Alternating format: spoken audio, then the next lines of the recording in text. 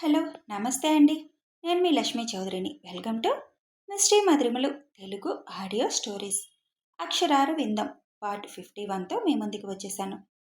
కథలోకి వెళ్లే ముందు వీడియో నచ్చితే ఒక లైక్ ఇచ్చి సపోర్ట్ చేయండి యార్. అలాగే హైప్ ఇవ్వాలనుకుంటే ఇవ్వచ్చు. ఇక కథలోకి వెళ్ళిపోదాం. సాయంత్రం ఆరవుతున్నా కూడా లేవకుండా నిద్రపోతున్న అక్షరని చూసి, ఇంత నిద్రపోతుందేంటిది, అంత అలసిపోతుందా అని అనుకుంటూ ల్యాప్టాప్ పక్కన పెట్టేసి వాష్రూమ్కి ఫ్రెష్ అవ్వడానికి వెళ్తాడు అరవింద్. అరవింద్ ఫ్రెష్ అయిపోయి పనులు ఎంతవరకు వచ్చాయో చూడడానికి ఫంక్షన్ హాల్ దగ్గరికి వెళ్ళడానికి రెడీ అవుతాడు. రెడీ అయి కిందకి వెళ్ళి, నేను ఫంక్షన్ హాల్ వరకు వెళ్ళొస్తాను పదండి అని అనీష్ అతిథుల్ని తీసుకొని బయలుదేరుతుంటే, అక్షర రాలేదేంటన్నా నా కిందకి అని అడుగుతారు సావిత్రమ్మ. ఇంకా లేవలేదు అని చెప్పి అక్కడి నుంచి వెళ్ళిపోతాడు అరవింద్. ఇంకా లేవకపోవడం ఏంటి అని భాగ్య గారు పైకి వెళ్ళి అక్షరని లేపి, ఇంతసేపు పడుకుంటే ఎలా, టైం ఎంత అయిందో చూసావా అని అడుగుతారు. బాగా నిద్ర పట్టేసింది, మెలకు రాలేదు అని లేచి కూర్చుంటుంది. సరే వెళ్ళి మొహం కడుక్కొనరా కిందకి అని చెప్పి భాగ్య గారు వెళ్ళిపోతారు. ఫేస్ వాష్ చేసుకొని కిందకి వెళ్తుంది అక్షర. ఇంతసేపు పడుకోవడం ఏంటని సావిత్రమ్మ గారు కూడా క్లాసు పీకడంతో విసుగు వచ్చి, నిద్ర పట్టింది పడుకున్నాను, దానికెందుకు ఇంత క్లాసులు పీకుతున్నారు అని అంటుంది. అప్పుడే దేవి గారు వాళ్ళు కూడా వాళ్ళ పని పూర్తి చేసుకొని ఇంట్లోకి వస్తారు. ఏంటి నా కోడల్ని విసిగిస్తున్నారు అని అడుగుతారు దేవి. ఈ కోడల్ని ఎవరూ విసిగించడం లేదులే అమ్మా, సంధ్య వేళ పడుకుందని అడుగుతున్నాం అంతే. అలసిపోయి పడుకుంటే పడుకుంది, తనకేమీ ఆంక్షలు పెట్టకండి, ఇదేం పరాయిల్లు కాదు అని అంటారు దేవి. అమ్మా నీ కోళ్ళు నీ ఇష్టం, ఇక మేం కలుగు చేసుకోం అని అంటారు సావిత్రమ్మ. అందరూ సరదాగా కబుర్లతో కాలక్షేపం చేసి డిన్నర్ చేసే టైంకి అరవింద్ వాళ్ళు కూడా రావడంతో అందరూ డిన్నర్ చేసేసి పడుకుండిపోతారు. తర్వాత రోజు 16 రోజుల పండగ కోసం ఉదయాన్నే లేస్తారు అందరూ. పంతులు గారు 9 గంటలకే ముహూర్తం పెట్టడంతో ఉదయాన్నే అన్ని పనులు పూర్తి చేసుకొని అక్షరాన్ని రెడీ చేసి కిందకి తీసుకొచ్చి ఇద్దరిని పీటల మీద కూర్చోబెట్టించి, ఇంట్లోనే నలుగురు ఉండడంతో శేఖర్ గారి భార్యను పిలిచి 5గురు చేతుల మీదుగా బంగారపు గొలుసులో మంగళసూత్రాలు గుచ్చి అక్షర మెడలో వేయమని అరవింద్ చేతికి ఇస్తారు. అది అక్షర మెడలో వేస్తూ, పాపం ఇష్టం లేకపోయినా ఎన్నిసార్లు వేయించుకోవాల్సి వస్తుందో నా చేత్తో ఈ సూత్రాలు కదా అని అక్షర చెవి దగ్గర చిన్నగా అంటాడు.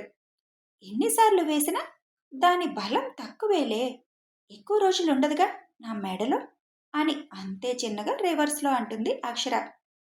దాని బలం గురించి నువ్వు నేను మాట్లాడకూడదులే, కానీ కొద్ది రోజులే ఉంటుందో శాశ్వతంగా ఉంటుందో ఎవరికి తెలుసు, రేపేంటన్నది నీకు నాకు ఇద్దరికీ తెలియదుగా అని నవ్వుతూ అంటూ, అంతేనా అమ్మా, అయిపోయిందా, నేను పక్కకు వెళ్ళిపోవచ్చా అని అడుగుతాడు అరవింద్.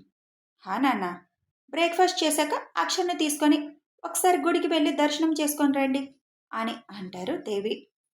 తిన్నాక దర్శనం ఏంటత్తా అని అడుగుతుంది అక్షర. పర్వాలేదులే బంగారం, ఇంత టైం అయింది, ఇప్పుడు తినకుండా మీరు వెళ్ళి దర్శనం చేసుకొని వచ్చేసరికి భోజనం టైం అవుతుంది, దేవుడేమీ తిని రావద్దు అని చెప్పలేదుగా, పైగా ప్రత్యేక పూజలేమీ కాదు కదా అని అంటారు దేవి. ఇక్కడ దగ్గరలో గుడి ఉందా అని సావిత్రమ్మ అడగగానే, అందరూ బయలుదేరండి, గుడి చూద్దరు, ఇక్కడ వెంకటరమణమూర్తి గుడి చాలా పెద్దది కట్టారు, ఇవాళ ఎలాగో ఖాళీయే కదా, అలా బయటికి వెళ్ళొద్దాం అని అంటాడు అరవింద్. అందరూ బ్రేక్ఫాస్ట్ చేసేసి గుడికి స్టార్ట్ అవుతారు. ఇంటి బయట కారు ఎక్కుతున్న అరవింద్ని 2 స్ట్రీట్ల అవతల ఉన్న ఎత్తైన బిల్డింగ్ నుంచి బైనాక్యులర్లో చూస్తూ ఉంటాడు ఒకడు. అరవింద్తో పాటు కారు ఎక్కుతున్న అక్షరని చూసి బ్యూటిఫుల్ అని అంటాడు. స్టీఫెన్, నువ్వు అలా బైనాక్యులర్తో చూడడం వల్ల ప్రయోజనం ఏముంది, అసలెందుకు ఇక్కడికి తీసుకొచ్చి అలా చూడాలి అనుకుంటున్నావు అని అడుగుతాడు స్టీఫెన్ ఫ్రెండ్ రాబిన్. అరవింద్ పెళ్లి చేసుకున్నాడు అని తెలిసింది, రిసెప్షన్కి అందరినీ ఇన్వైట్ చేశాడు, మా ఫాదర్ని కూడా ఇన్వైట్ చేశాడు. అసలు వాడి ఇల్లు, ఆ ఇంట్లో ఎంతమంది మనుషులు ఉంటారు అనేది మనకు తెలియలేదు ఇంతవరకు. అది తెలుసుకోవడం కోసమే ఇక్కడికి వచ్చాను. చాలామంది ఉన్నారు ఆ ఇంట్లో. ఇప్పుడు ఒక బ్యూటిఫుల్ పర్సన్ని చూశాను. వాడి భార్య అనుకుంటా. చాలా అందంగా ఉంది. వాడికి అన్ని ది బెస్ట్ దొరుకుతున్నాయి. ఏంట్రా, నాకు నచ్చడం లేదు అది. ఎక్కడో ఇండియా నుంచి వచ్చి ఇక్కడ స్థిరపడి మన దేశంలో వాళ్ళ హవా నడిపిస్తున్నారు. నాకు అసలు అది నచ్చలేదు. కాలేజీలో కూడా వాడే యూనివర్సిటీ టాప్లో ఉండేవాడు. ఒక ఇండియన్ మన యూనివర్సిటీ టాప్ ఏంటి? వాళ్ళ దేశంలో చదువుకోవడానికి సరైన కాలేజీలు కూడా లేవు. మన దేశంలో తెలివితేటలు పెంచుకోవడానికి వచ్చి మన మీదే పెత్తనం చలాయించాలని చూస్తున్నారు. చదువుకునేటప్పుడు వాడిని ఎన్నోసార్లు దెబ్బ కొట్టాలని చూశాను, కానీ కుదరాలేదు. మా కంపెనీలోనే మా నాన్న క్యాంపస్లో వాడికి ఆఫర్ ఇస్తే నా ఈగో కొంచెం చల్లబడింది. నా కంపెనీలోనే చేస్తున్నాడు కదా అని వదిలేస్తే బిజినెస్ పెట్టి ఇప్పుడు మా కంపెనీకి పోటీగా నిలబడ్డాడు అని అంటాడు స్టీఫెన్. పోటీగా కాదు, మీ కంపెనీని వాడి కంపెనీ కంటే వెనక్కి వెళ్ళేలా చేశాడు. అది నీకు కోపం అని చెప్పు అని ర్యాబిన్ నవ్వుతూ అంటాడు. నవ్వకు, నాకు కోపం వస్తుంది. అసలు ఆ బ్లడీ ఇండియన్ మన దేశానికి బతుకు తెరువు కోసం వచ్చి ఇక్కడ వాళ్ళు మనల్ని శాసించే వరకు వచ్చారు. ఎలా అయినా వాడిని దెబ్బ కొట్టాలి. టైము కోసం చూస్తున్నాను అంతే. ఇప్పుడు టైము వచ్చింది. ఇన్నాళ్ళు వాడికి బలహీనతలు ఏమీ లేవు అనుకున్నాను. ఇప్పుడు భార్య వచ్చింది కదా, ఎలాగో బలహీనతగా మారిపోతుంది. ఇక ఇప్పుడు వరకు నేను చేసిన ఎంక్వైరీలో వసుమతి అనే అమ్మాయి వాడి కోసం వల వేస్తుంది, కానీ వాడు లెక్క చేయడం లేదు దానిని. మన పగ తీర్చుకోవడానికి అది కరెక్ట్గా మనకి సూటు అవుతుంది. ఇప్పుడు వాడు పెళ్ళి కూడా చేసుకున్నాడు కాబట్టి వాడి మీద అది కోపంగా ఉండి ఉంటుంది. అది మనం ఉపయోగించుకోవాలి. ఎలా అయినా వాడి ప్రొఫెషన్ మీద దెబ్బ కొట్టాలి. అలా కొట్టాలి అంటే ఆ వసుమతిని మన గ్రిప్పులోకి తెచ్చుకోవాలి. ఇక వాడి భార్య భలే ఉందిరా. ఈ ఇండియన్స్ ఇంత అందంగా ఉంటారు ఎందుకు? అవసరమైతే వాడి భార్యను అడ్డు పెట్టుకొని వాడిని దెబ్బ కొట్టొచ్చు అని నవ్వుతూ అంటాడు స్టీఫెన్. యూనివర్సిటీ టాప్ వచ్చాడు అంటే కష్టపడి చదివాడు, దానివల్ల వచ్చాడు. దానికోసం పగ పెంచుకోవడం ఏంటిరా? మనం కూడా చదివితే మనం కూడా టాప్ పొజిషన్లో ఉండేవాళ్ళం కదా. ఇక బిజినెస్ పెట్టకూడదని రూల్ ఏమీ లేదు కదా. కష్టపడ్డాడు, పైకి వచ్చాడు. నువ్వు కూడా కష్టపడే మీ కంపెనీని మంచి పొజిషన్లో నిలబెట్టొచ్చు కదా. ఈ పగలు ప్రతీకారాలు అవసరమా మనకి? ఇండియన్స్తో అస్సలు పెట్టుకోకూడదని మా ఫాదర్ ఎప్పుడు చెబుతూ ఉంటారు. వాళ్ళు ఎంత మంచిగా ఉంటారో అవసరమైతే అంత వైల్డ్గా కూడా మారిపోతారంట. తేడా వస్తే ఎలా రియాక్ట్ అవుతాడు అని యూనివర్సిటీ ఆల్రెడీ అరవింద్ను మనం చూసాం. అలాంటిది తన సామ్రాజ్యాన్ని కూలదోస్తానంటే చూస్తూ ఊరుకుంటాడా? పైగా ఇండియన్ అమ్మాయిలతో అస్సలు పెట్టుకోకూడదు. వాళ్ళు ఎంత సాఫ్ట్గా కనిపిస్తారు, అవసరమైతే అదేంటో దేవత పేరు చెబుతారు. అలా మారిపోతారంట. ముందు వెనక ఆలోచించకుండా దరువు వేస్తారంట అని అంటాడు రాబిన్. ఇవన్నీ నీకు ఎలా తెలుసు అని అడుగుతాడు స్టీఫెన్. మా ఫాదర్కి ఒక ఇండియన్ బెస్ట్ ఫ్రెండ్. మేము ఎక్కువ కలుస్తూ ఉంటాం. ఆ ఆంటీ అంకుల్ చెబుతూ ఉంటారు విషయాలన్నీ. ఒక్కసారి నేను వాళ్ళతో ఏదో ఇండియన్ మూవీ చూస్తుంటే అందులో హీరోయిన్ ఏడుస్తుంటే మీ ఇండియన్ అమ్మాయిలు సెంటిమెంట్ ఫూల్స్ అని అన్నాను. దానికి ఆంటీ సీరియస్ అయి తప్పుగా అర్థం చేసుకుంటున్నావు. మేము సెంటిమెంట్ ఫూల్స్మే, కానీ ఒక పరిమితి వరకే. తేడా వస్తే ఆ దేవతలా గుర్తు రావడం లేదు, కానీ అలా మారిపోయి చిల్చి చెండాడుతాం అని కూడా చెప్పారు. ఈసారి వెళ్ళినప్పుడు కనుక్కుంటాలే అని అంటాడు రాబిన్. అదంతా నాకెందుకు? అరవిందుని దెబ్బ కొట్టడమే నా ధ్యేయం. ప్రతిసారి నాకు అన్ని విషయాలలో వాడు అడ్డు వచ్చాడు. అసలు మన దేశంలో వాళ్ళు వర్క్ మాత్రమే చేయాలి, యజమానులు అవ్వకూడదు. కానీ వాడు యజమాని అయిపోయాడు. అలాగే చూస్తూ ఊరుకుంటే ముందు ముందు ఈ దేశాన్ని శాసించే లెవెల్కి వెళ్ళిపోతాడు.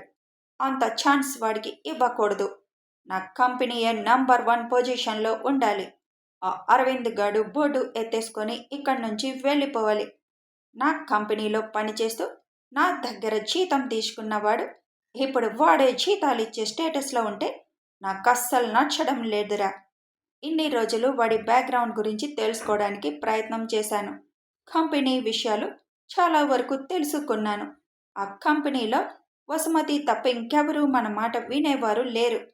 అందరినీ చాలా హానెస్ట్ పీపుల్నే పెట్టుకున్నాడు. ఆ విషయంలో కూడా వాడు ఒక అడుగు మనకంటే ముందుకే ఉన్నాడు. ఇక వాడిని దెబ్బ కొట్టడానికి ప్లాన్ ఇంప్లిమెంట్ చేయాలి. పద వెళ్దాం అని అక్కడి నుంచి బయలుదేరుతాడు స్టీఫెన్. అందరూ గుడికి చేరుకోగానే అక్షర అరవింద్ పేరు మీద అర్చన చేయిస్తారు దేవిగారు. అచ్చం ఆ శ్రీనివాసుడు శ్రీదేవిలాగే ఉన్నారమ్మా ఇద్దరు అని పంతులు గారు చిరునవ్వుతో అంటారు. వీళ్ళకి డబ్బుల కోసం సోది మాటలన్నీ మాట్లాడుతూ ఉంటారు. అలా పొగడగానే ఒక 100 ఎక్స్ట్రా వేస్తారని ఆశ కాబోలు అని తిట్టుకుంటుంది అక్షిత. ఇద్దరు పేరు మీద అర్చన చేసి హారతి ఇవ్వగానే అందరూ హారతి కళ్ళకి అద్దుకొని అక్కడే కాసేపు కూర్చుంటారు. ఆహా, గుడి చాలా కలకల్లాడుతుందమ్మా. ఇంతమంది మన ఆంధ్ర వాళ్ళు సాంప్రదాయబద్ధంగా రెడీ అయి రాగానే అని నవ్వుతూ పంతులు గారు ప్రసాదం వాళ్ళకి ఇస్తారు. మీరు ఇక్కడికి వచ్చి ఎన్నాళ్ళైంది పంతులు గారు? ఎక్కడి నుంచి వచ్చారు మీరు అని అడుగుతారు సావిత్రమ్మ. తిరుపతి దేవస్థానం నుంచే నేను వచ్చానమ్మా. ఈ గుడి కట్టిన దగ్గర నుంచి నేను ఇక్కడే ఉన్నాను. 6 ఏళ్ళు అవుతుంది అని అంటారు పంతులు గారు. గుడిలోకి రాగానే తిరుపతిలో ఉన్నట్టే ఉంది. ఇక్కడ కూడా మన గుడులకి అనుమతి ఇచ్చారంటే గ్రేట్ అని అంటారు శేషు గారు. అమెరికాలో సగం మంది మన ఇండియన్సే ఉన్నారమ్మా. అనుమతి ఇవ్వక ఏం చేస్తారు? మన వాళ్ళ వల్లే ఈ దేశం అగ్రస్థానంలో నిలబడింది. మన దేశంలో టాలెంట్ ఉన్న వాళ్ళని వదిలేసుకుంటున్నారు. వాళ్ళు ఇక్కడికి వచ్చి వాళ్ళ కష్టాన్ని ఇక్కడ పెడుతున్నారు. అందుకు తగ్గ ప్రతిఫలం కూడా ఈ దేశం బాగానే ఇస్తుందిలే. ఇక్కడ అమెరికన్స్ కూడా చీరలు కట్టుకొని మరీ వస్తారు గుడికి అని చెబుతారు పంతులు గారు. కాసేపు అక్కడే ఉండి అక్కడి నుంచి కొన్ని విజిటింగ్ ప్లేసెస్కి తీసుకువెళ్ళి చూపించి సాయంత్రం అవగానే ఇంటికి రిటర్న్ అవుతారు అందరూ. అరవింద్, నువ్వు అక్షర్ని తీసుకొని విశ్వం అంకుల్ వాళ్ళ ఇంటికి వెళ్ళిరా.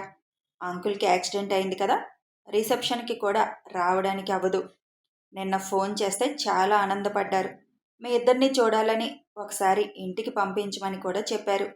ఇక్కడికి దగ్గరే కదా వాళ్ళ ఇల్లు, ఒకసారి వెళ్ళి కనిపించేసి వచ్చేసాయి.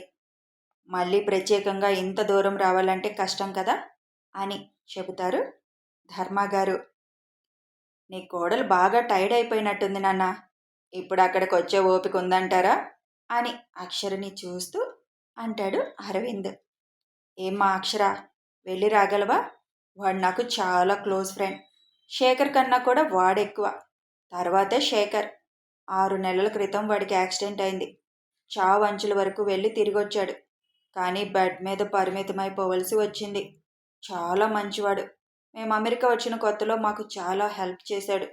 ఈరోజు నేను ఇక్కడ ఇలా నిలబడ్డానికి కారణం వాడే. వాడికి పిల్లలు కూడా లేరు. అరవింద్ అంటే చాలా ఇష్టం వాళ్ళకి. పెళ్ళయిందనగానే చాలా ఆనందపడ్డాడు. ఇక్కడికి దగ్గరే ఉండేది. ఎలాగో ఇంత దూరం వచ్చాం కదా, ఒకసారి వెళ్ళి కనిపించేసి రండమ్మా అని అంటారు ధర్మగారు. అంత బతిమలాడుతున్నట్టుగా ధర్మగారు అడగగానే అలాగే మావయ్య, నాకేం అభ్యంతరం లేదు అని అంటుంది అక్షర. ఓకే అరవింద్, మీరు వెళ్ళి వచ్చేయండి, మేము వెళ్ళిపోతాం.